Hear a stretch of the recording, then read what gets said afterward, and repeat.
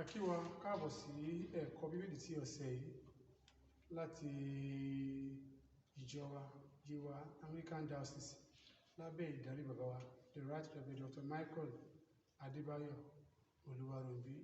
Ẹ jẹ́ kí a gbàdúrà. Ọlọ́run a gbé yín ga, à ń bẹ̀ pé kó ràn wá lọ́wọ́ kó sì fún wa ní ìyè nínú ọ̀rọ̀ rẹ kí a lè bá ọjọ́gún ìyà nípẹ̀kun nítorí Jésù Kristi Olúwa wa. Lẹ́ẹ̀kan sí a kí wa káàbọ̀ bàbá wa. Bá wa ṣàfihàn ara yín fún ará ilé. Orúkọ tèmi ni ìránṣẹ́ Ọlọ́run Asogba Abímbọ́lá láti inú ìjọ wa ní St. James Anglican Church, Kájọlà Ojú Ọ̀tà, Eredo Provisional Archdeaconry. Ṣé bàbá wa bá wa ṣàfihàn ara yín fún ará ilé. Orúkọ tèmi ni Ajínrere Ebenezer Olúwaṣeun Oluwaleti láti ìjọ Anglican Church Ìpàkè Eredo Provisional Archdeaconry. Ṣé orúkọ tèmi ni àlùfáà Oríyọmí Ọ̀ṣọ́. Lónìí ti ṣe ọjọ́ ìsinmi kejì lẹ́yìn Epífánì, ti ṣe ẹ̀kọ́ kẹta wa. Àkórí ọ̀rọ̀ wa ni eré ìje Kìrìsìtẹ́nì. Eré ìje Kìrìsìtẹ́nì. Ẹ̀ka àkórí òun ni ohun tí eré ìje jẹ́. Ohun tí eré ìje jẹ́. Orí ọ̀rọ̀ wa tí à ń gbéyẹ̀wò ni eré ìje ti ayé yìí. Ibi kíkà wa ń bẹ nínú Kọ́ríńtì kìíní orí 9 ẹsẹ̀ 24 sí ẹsẹ̀ 27. Kọ́ríńtì kìíní orí 9 ẹsẹ̀ 24 sí ẹsẹ̀ 27. Bàbá wa kà á. Ẹ̀yin kò mọ̀ pé àwọn tí ń sáré ìje gbogbo wọn ní sáré ní tòótọ́, ṣùgbọ́n ẹnìkan ní ń gba eré náà. Ẹ sáré bẹ́ẹ̀ kí ẹ̀yin kí ó lè rí gbà, àti olúkúlùkù ẹni tí ń jìjàdù àti borí a máa ní ìwọ̀ntúnwọ̀nsì nínú ohun gbogbo. Ǹjẹ́ wọ́n ń ṣe é láti gba adé ìdíbàjẹ́,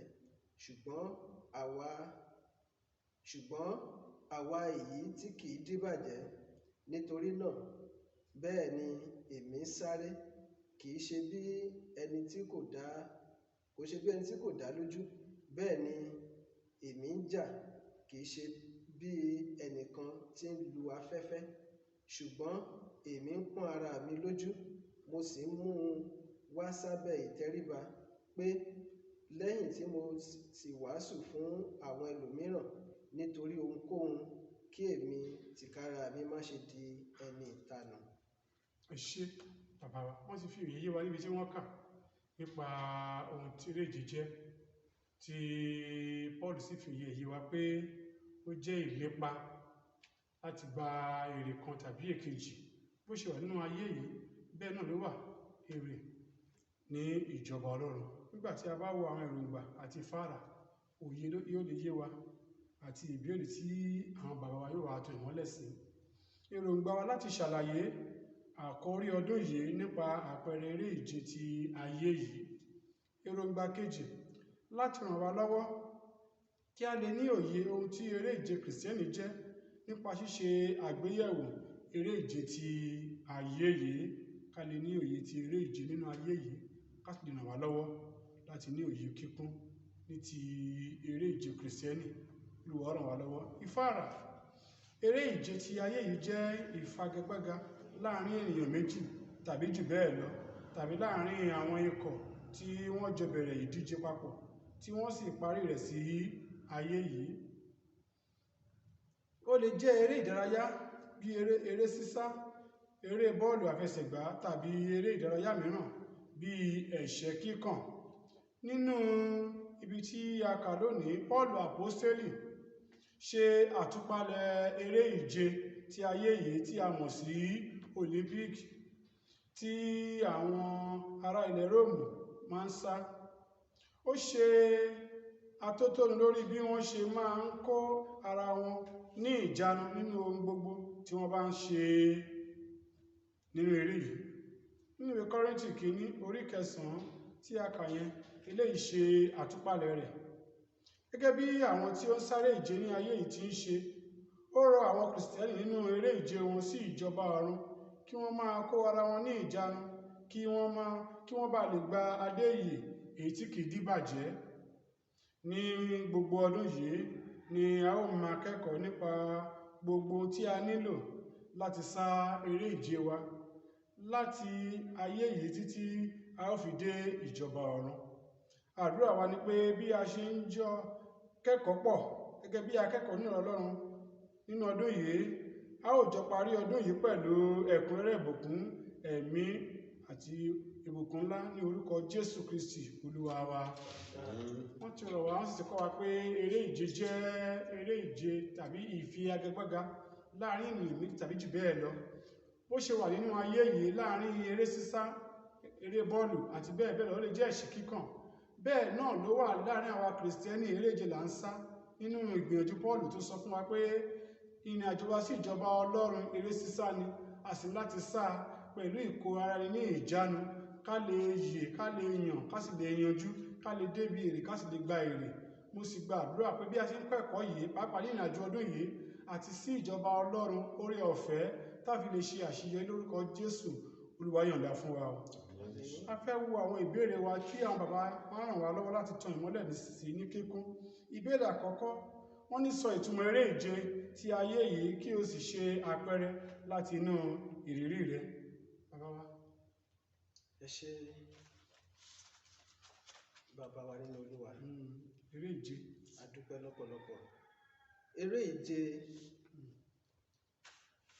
ìje jẹ́ ìdíje láàrin ẹni méjì tàbí jù bẹ́ẹ̀ lọ. Eré ìje kì í ṣe ohun tí ẹnìkan ṣó ń dá ṣe. Ẹnìkan ò kí ń dá ṣe.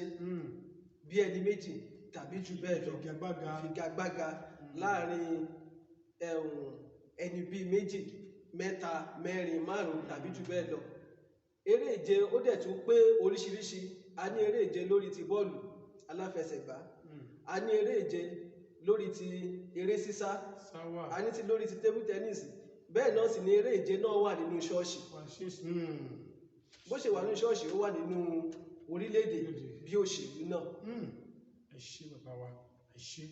Bàbá wa ti fi yé wa pé eré ìje jẹ́ ìfigagbága láàrin ènìyàn méjì tàbí jù bẹ́ẹ̀ lọ. Wọ́n ń sá eré yìí láti yọrí sí ibì kan, pàápàá láti gba èrè kan. So mo gbàdúrà pé àwa náà nínú eré ìje wa lórúkọ Jésù a ò ní pàdánù. Ẹ ṣé bàbá wa fún òye tẹ́ fi fún wa. Ìbéèrè kejì, wọ́n ní ká ṣàlàyé àwọn ìwà ìkó ẹni ní ìjánu tí àwọn tí ó ń sá eré ìje, àwọn eléré bọ́ọ̀lù, àwọn eléré ìdárayá lọ́kùnrin àti lóbìnrin máa ń hù. Ká ṣe àfiwé àwọn wọ̀nyí pẹ̀lú ìkó ẹni ní ìjánu ti Kìrìsìtẹ́nì nínú eré ìje wa sí ìjọba Ọlọ́run. Ẹ ṣé bàbá wa. Gẹ́gẹ́ bí àwọn tó ń sá eré ìje ní ayé yìí, àwọn agbábọ́ọ̀lù oríṣiríṣi àmì ló wà lórí pápá tí wọ́n gbọ́dọ̀ mójútó, tí wọ́n sì gbọ́dọ̀ kọjá abẹ, tí wọ́n gbọ́dọ̀ ṣe àkíyèsí rẹ̀, èyí tó lè mú kí wọ́n gba káàdì tàbí kí wọ́n dá wọn lẹ́bi. So gẹ́gẹ́ bí Kìrìsìtẹ́nì, àwa náà gbọ́dọ̀ máa bá a ti ń sá eré ìje wa, a gbọ́dọ̀ máa kíyèsí àwọn àmì èyí tí Ọlọ́run ti fi fún wa. Gẹ́gẹ́ bí agbábọ́ọ̀lù, lákòókò tó bá ń sá eré ìje wọn, wọn gbọ́dọ̀ lo oògùn olóró. Wọn gbọ́dọ̀ ní ìbálòpọ̀ láàrin ọkùnrin sóbìnrin tàbí ọkùnrin sọ́kùnrin.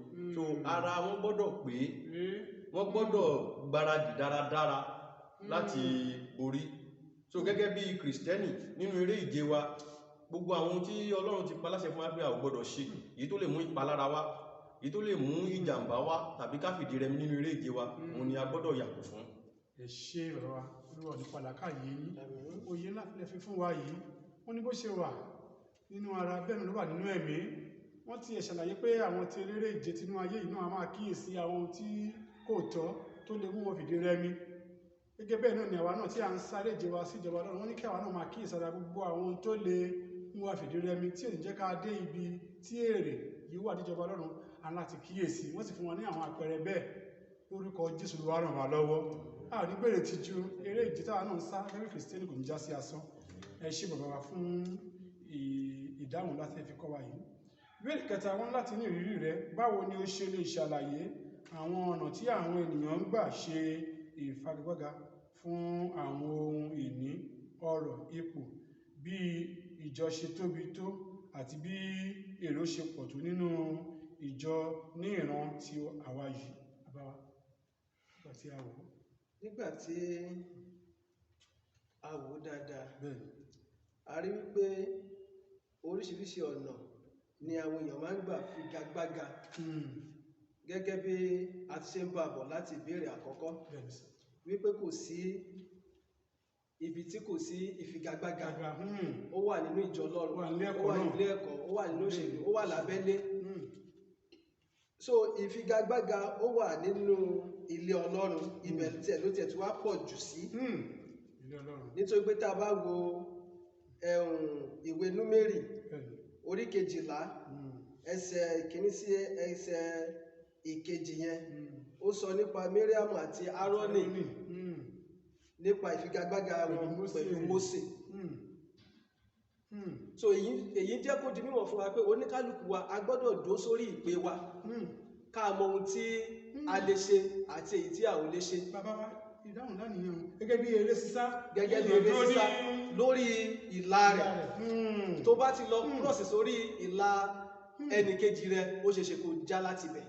Kò tí ẹ ṣe kó ṣeéṣe ó máa já láti bẹ̀ ni. Ẹlòmíì lè ṣubú lọ́nà. Tó bá dẹ̀ ti ṣubú, eré tí ẹ ti pin nìyẹn. Bàbá wa, Olúwa ràn yín lọ́wọ́. Àmín. Ẹ̀kọ́ náà fi ń kọ́ wa yìí. Bẹ́ẹ̀ sì ni eré bọ́ọ̀lù náà, ẹni tó yẹ pé bọ́ọ̀lù ló ń gbá, o lè wá sọ pé eré ló fẹ́ máa lọ sá.